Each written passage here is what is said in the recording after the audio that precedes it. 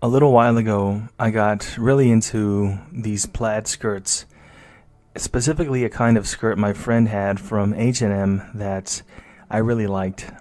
I looked for one for a while and I wasn't able to find one, and I was really into them, so I looked for a while in a lot of different stores, and I was never able to find the right kind of skirt that I wanted for me. Eventually I gave up looking because my taste kind of moved on, but I know that I never found or bought one. Around a year later, I was digging through one of my old dresser drawers, and at the bottom of some of my clothes was the exact kind of skirt I wanted from H&M but never bought.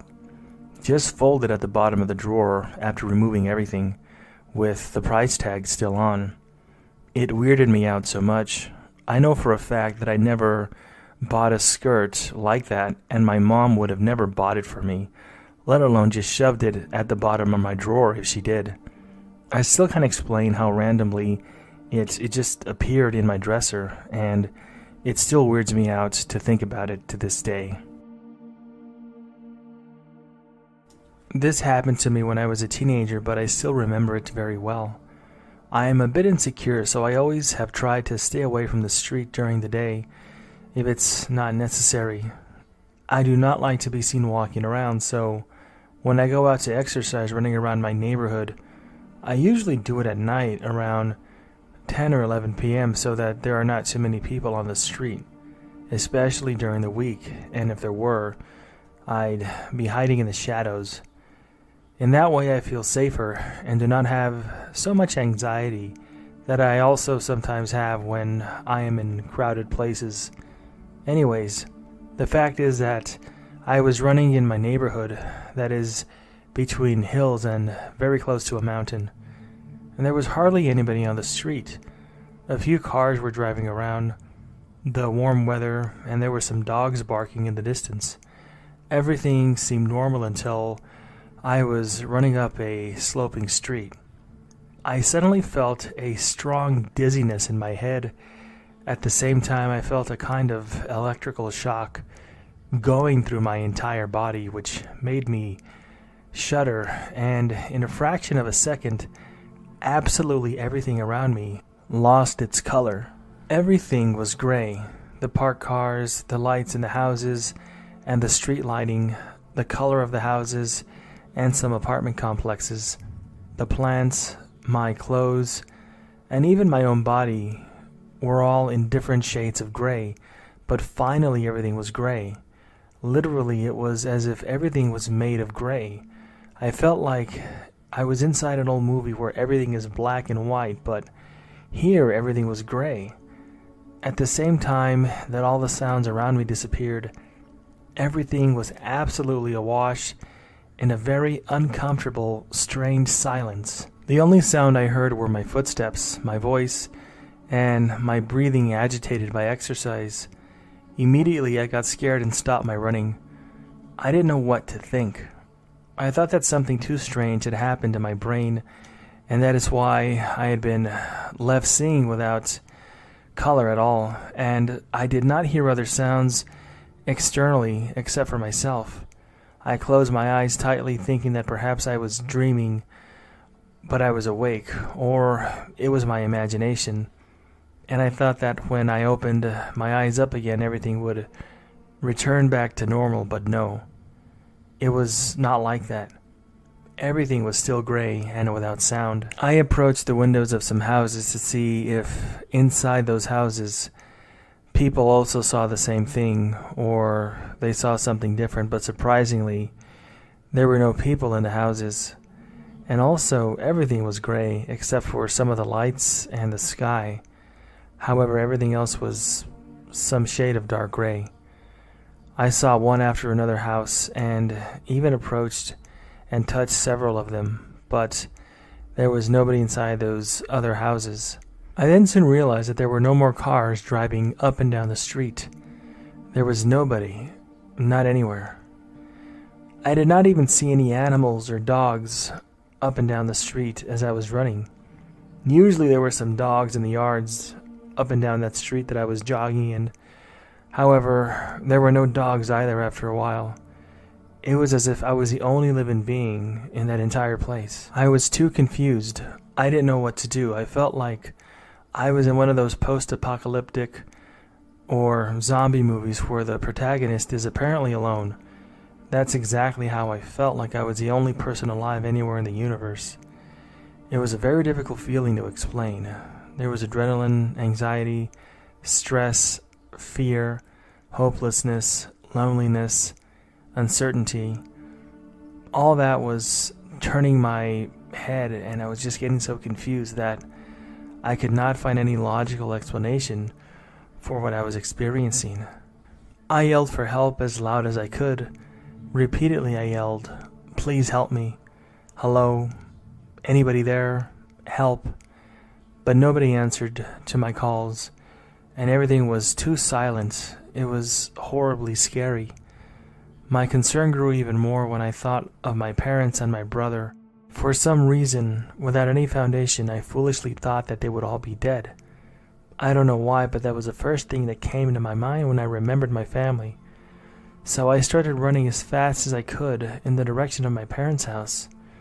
I was running like this, surrounded by gray, and totally alone. In one of the main avenues of my neighborhood, you can see the rest of the city with a panoramic view, and when I did, everything else was also gray. I did not want to go beyond my own neighborhood. I did not dare to leave my area and enter the unknown under such strange conditions. Suddenly, in a fraction of a second, and in a way that I cannot explain, everything was back to normal. The colors, the sounds, the people in the houses, the animals, everything was there again, surrounding me. First, I saw color and I heard sounds. Shortly after, I heard people inside the houses, and I heard a few cars driving around the neighborhood, and I heard some animals, mainly dogs, barking. This, in a way, calmed me down, but it also scared me a lot because I didn't know what had just happened to me. When I got home, the first thing I did was hug my parents and even my brother because I really became scared and thought that I lost them forever. And I can't imagine a life without them. They asked me what happened to me, and I explained to them, but they didn't want to believe me, and they told me that if I wanted to hug them, I didn't need to make up such a silly excuse. But I didn't really care, and it didn't really matter. I know what happened. It was terrifying and too worrying, finding myself all alone, surrounded by gray.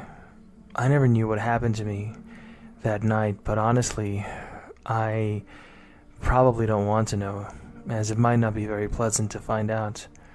I don't want to experience that ever again.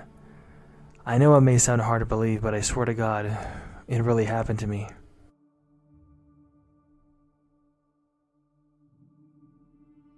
My husband and I decided to watch the entire Star Wars canon in the new year, and we have gradually been making our way through the movies. Last week we watched The Last Jedi, and towards the end there's some scenes where a stable boy reaches for a broom and starts sweeping the stables. I commented to my husband that the boy had just used the Force to fly the broom to him, i.e. he used telekinesis. My husband responded that my eyes must be tired because the boy just picked up the broom with his own hands. We rewind and rewatched the shot together. We watched carefully for the exact moment that he reaches for the broom, and upon close inspection we both confirmed that my husband was right. The stable boy very clearly reached all the way to the broom in order to grab it and to start sweeping. I conceded at that point that I was wrong.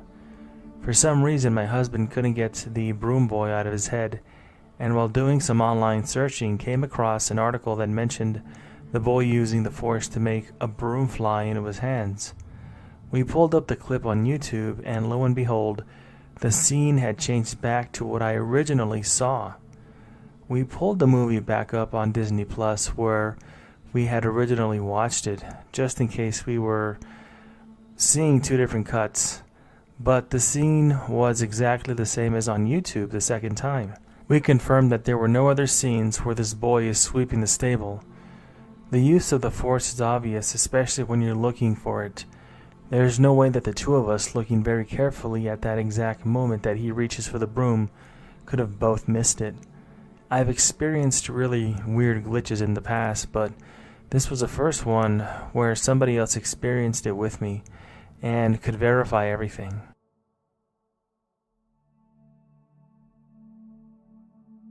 I worked as an overnight stalker in a grocery store in my city.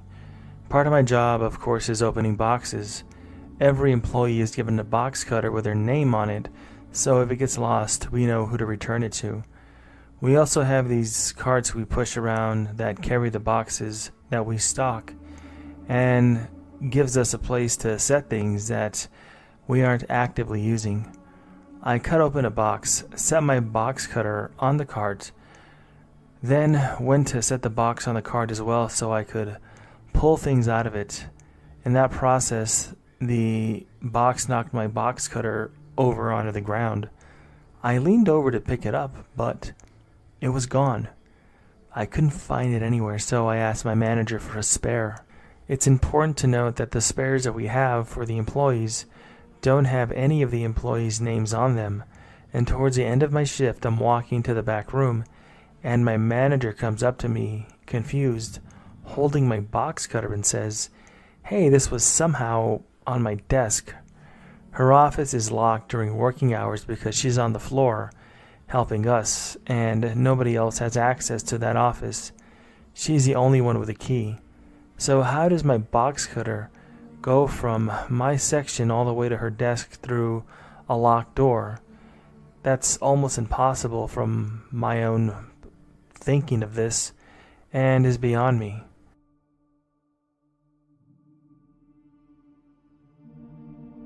My finger got hurt hours before it actually got hurt.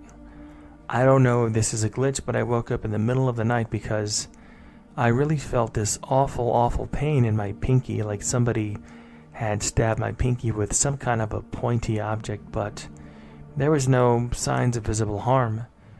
I felt the pain for like 20 minutes and it was really terrible. Then my pinky just, over time, slowly got better and better.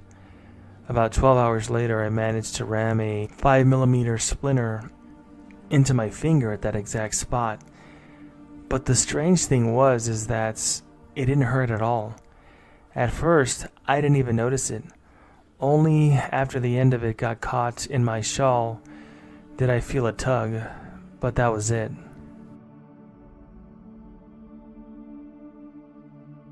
My sister and I talk about this one glitch quite a bit. My other sister has a Kia Soul, and when she bought it, it was a light green color. It's silver now, though she swears it's never been green ever in her life and that she's never owned a green car. That's because she didn't until this one. Both my sister and my cousin vividly remember this car being green and not silver. When she comes by, I still instinctively look for the green Soul. I'm not sure how the three of us independently came to this conclusion, but no one else in our family remembers anything other than a silver car. We saw the green car for months, so it wasn't just one time. I borrowed it from her. It was always green until one day it wasn't. It's very hard to explain, but I think it was a glitch.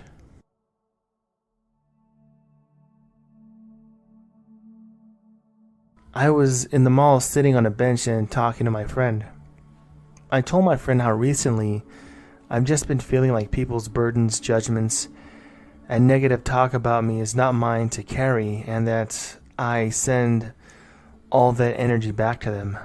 Literally about 5 seconds later, this man in his either mid-60s or mid-70s grumbled and said, "Then you'd stop playing the game of life and just be cheating." I laughed because I thought that it was just an old man being philosophical, but he got really mad, like automatically, visibly upset, and wouldn't stop grimacing. The next thing I knew, his daughter and family members pulled him aside and apologized because they said that he has dementia, but he seemed pretty sane sitting there previously to when he leaned over and started telling me about the quote-unquote game of life. I'm almost 99.99% sure that this is a glitch. The Matrix and the ones controlling it don't want you to know. You don't have to care, recognize, or hold on to energy that people send your way that you don't want. The only thing that matters is what you believe you are, hence the infamous phrase, I am. Anyways, I'm shocked, but actually a bit giddy because this is the third time that something like this has happened to me, where I announce in public that I send all my energy back from the time that I was born that I don't want. It's interesting because somebody always shows up to tell me not to send my energy back. It looks like I found a little glitch or cheat code in the Matrix. What do you think?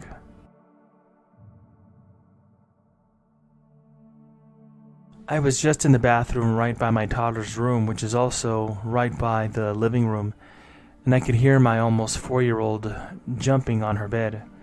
I went in her room to grab her so that we could get ready to go to my mom's like we do every Sunday for our family dinner.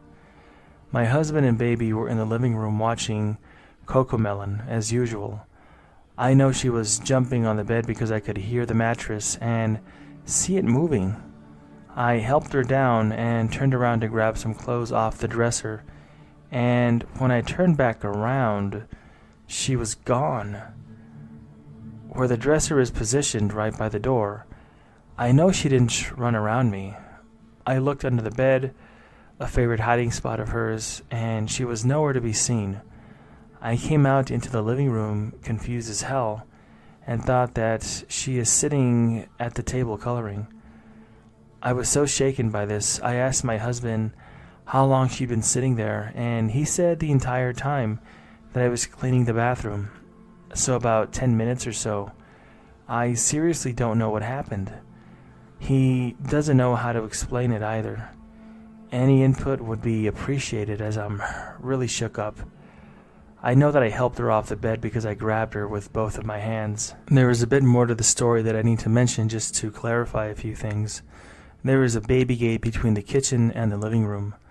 My toddler does not know how to open it. Adults struggle with this thing, you know. You have to slide a lock and pull the door up at the same time, and it is a plastic one, not one of those metal gates. It's also very, very loud.